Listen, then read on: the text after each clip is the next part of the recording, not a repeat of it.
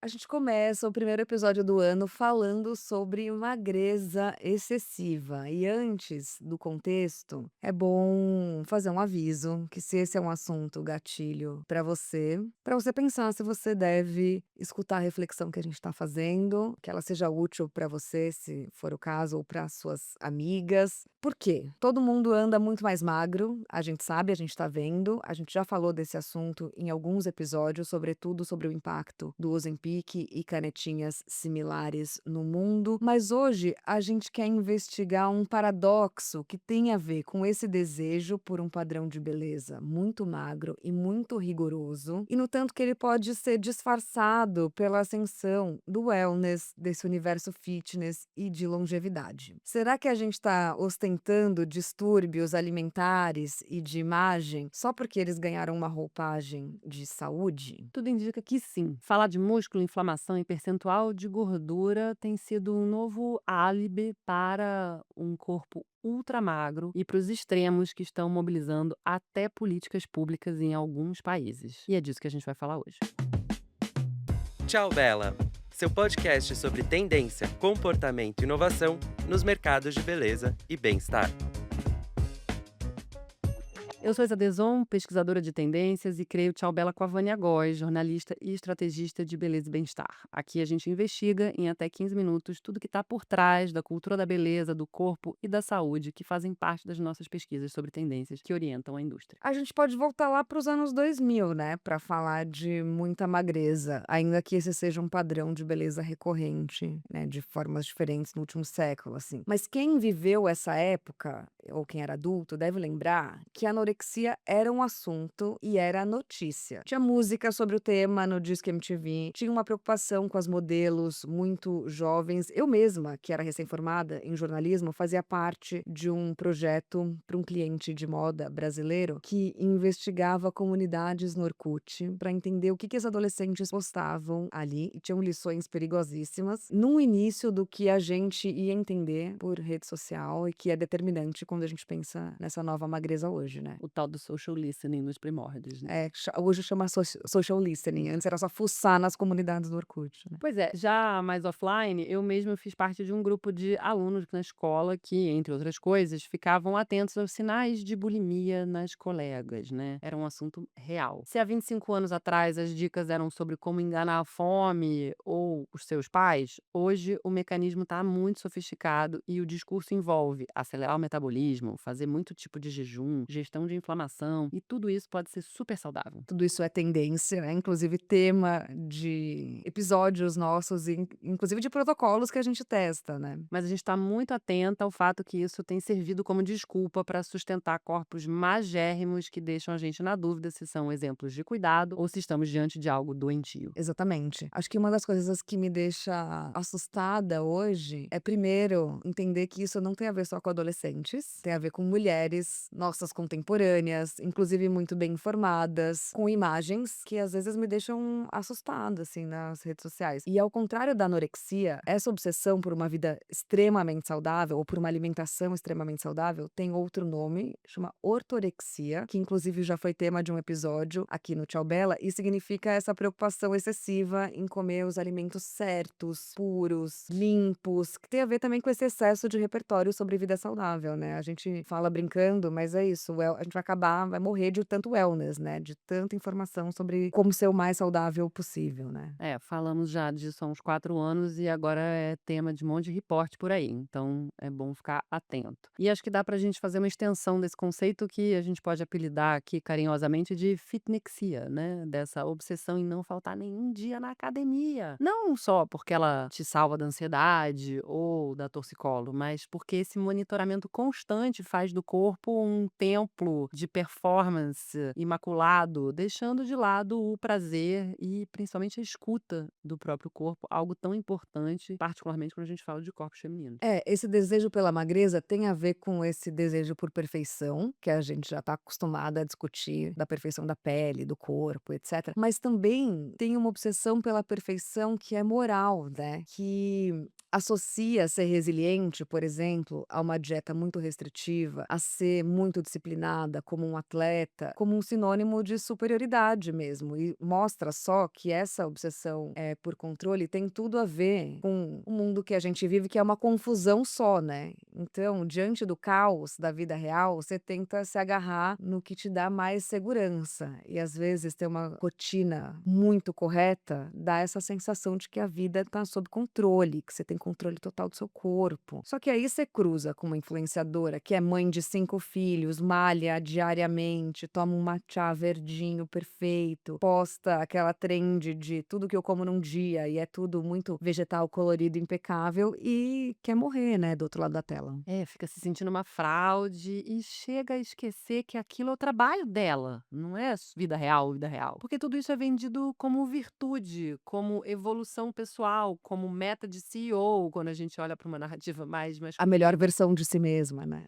mas não é só isso. A gente cruzou com um artigo recente da Wired que cravou exatamente essa questão, que não é de hoje, que ser magra é um capital social e um símbolo de status. E que hoje está conectado com o quê? Você tem tempo, você tem acesso ao que há de mais exclusivo, sejam eles os peptídeos, que são o assunto da vez, e não dá para esquecer que Monjaro é um exemplo. Soroterapia, por favor, não caiam nessa armadilha. Ou até a boa e velha comida orgânica, que uma vez era só conhecida como comida. Mas que são marcadores de privilégio mesmo, né. E em 2026 as redes sociais mudam tudo nesse jogo, porque você tá super exposto às escolhas que poderiam ser triviais das outras pessoas e a essa construção das personas, né, que tratam as redes como uma vitrine, tornando a comparação inevitável e, sobretudo, porque a construção dessas personas pode ser um pouco desonesto, né, ou pode contar só meia vida. A gente sabe que a gente não pode olhar para as redes sociais como um retrato integral da personalidade ou do lifestyle de alguém, mas é difícil se convencer do contrário, né. Pois é, num mundo de canetinhas e chips, não dá para se comparar se a gente não parte do mesmo lugar. E quem disse isso foi a nutricionista Monique Fonseca, num ótimo vídeo que a gente usou aqui na pesquisa. E claro que tem muita gente recorrendo a esses métodos, mas que no feed, em contrapartida, só posta aula de ginástica, um brigadeirinho ou um hambúrguer no final de semana, para parecer assim mais humana, normal, né? E de novo, você se sente uma loser por coisas que não são controláveis. Aí você acha que o seu metabolismo não responde igual, ou pior, que você não tem grana para frequentar os mesmos médicos. E nessa pesquisa, sobretudo no TikTok, a gente viu vídeos assustadores, mas um deles tinha uma mulher dizendo que o sonho dela era fazer um check-up com um médico específico. Eu até sou hipocondríaca, né? Fizemos até aquele episódio falando que eu queria fazer o PET scan, a ressonância da Kim Kardashian. Enfim, sem achar engraçado, eu fiquei meio impactada que um sonho de consumo seja frequentar um médico, né. Que está conectado sempre com essa imagem muito mais estética do que com o bem-estar interno também. Então tem aí uma série de camadas. Falando no TikTok que você mencionou, quando a gente faz pesquisa por aqui, a gente fica presa em diversas bolhas, né? A bolha recente desse episódio foi nos revelando mensagens como: a melhor roupa é ser magra, ou ser magra mostra que você se prioriza, como se para todo mundo isso fosse uma escolha, né? E não é mais sobre ser gostosa, é sobre saber o seu real valor. E só esse conceito eu achei super assustador. E aí o algoritmo só fica jogando conta, você passa a ser perseguida por antes e depois, barrigas impulsivamente chapadas, treino na parede, na academia, receita low carb, ou um tipo de carb, ou enfim, tudo parece que gira em torno desse assunto. E a gente também tá submetida a isso, né. Às vezes acontece nos nossos grupos de WhatsApp do tipo: "Vânia, você acha que calistenia funciona mesmo? Tipo, será que eu compro esse pacote de aulas?". Claro, gente, nada disso é sinônimo de um tipo de transtorno alimentar ou de imagem, mas isso é só pra deixar claro que ainda que você tenha consciência e seja crítica, a gente tá, né, há séculos submetidas a um padrão e precisa se orientar o tempo inteiro, né. Esse assunto das redes sociais é tão sério que mobiliza até governos. Na França, recentemente, as autoridades começaram a limitar as buscas por termos ligados ao skinny talk, que é essa hashtag com bilhões de visualizações, porque entendem que ela é uma das coisas que estimula esse tipo de distúrbio. E aí, para trazer uns números de Brasil, o hospital da USP estima que 15 milhões de pessoas sofrem de transtornos alimentares. E segundo o Dr. Wagner Gurgel, do Instituto de Psiquiatria da própria USP, houve um aumento global de casos desde quem? Desde ela, né? A pandemia, que foi justamente um marco para uma paranoia coletiva em torno da saudabilidade e, consequentemente, ainda mais com tudo que a gente já falou até aqui, da magreza como marcador indicador de saúde, mas principalmente de status. Tá tudo embolado aí, né, essa é a diferença, acho. Isso torna essa nova magreza um assunto, né. Quando a gente fala em magreza extrema, natural, que se você tem a minha idade, 40 a mais, você imagina uma modelo de passarela, meio heroin chic, nos anos 90. Pensa em Kate Moss. Mas essa nova magreza também é diferente nisso, né, porque ela é bem definida. Tanto que uma reportagem da Time apontou que os braços super tonificados são o novo acessório de verão e, enfim, virou um grande assunto no meu Instagram, por exemplo. Que faz todo sentido na era da selfie. A gente vive ali enquadrada, no máximo da cintura pra cima, do peito pra cima. Só cabe trapézio e braço na tela. Ninguém tá mostrando o abdômen trincado ou o bumbum lift na reunião do Zoom, né? E dados confirmam que a participação feminina vem crescendo. A gente tem um episódio chamado Febre Fitness. Corre lá que tem muita informação. Sim, a gente fala, por exemplo, sobre como as esteiras e a obsessão pelo cardio, que era um sinônimo, né, de treino para emagrecer nos anos 90, vem sendo substituída, por exemplo, por áreas com halteres e treinos de força. E a gente defende que ser forte e ter músculo é ótimo para envelhecer bem, não temos dúvidas, somos marombinhas. Mas tem uma diferença em ter um discurso equilibrado e associar ser forte a ter 10% de gordura corporal, entendeu? Aí a gente acaba vendo muitos bracinhos, como o da Nicole Kidman, que é super definido e tem músculo, ou a Ariana Grande, que me parece um pouquinho mais frágil e virou até assunto,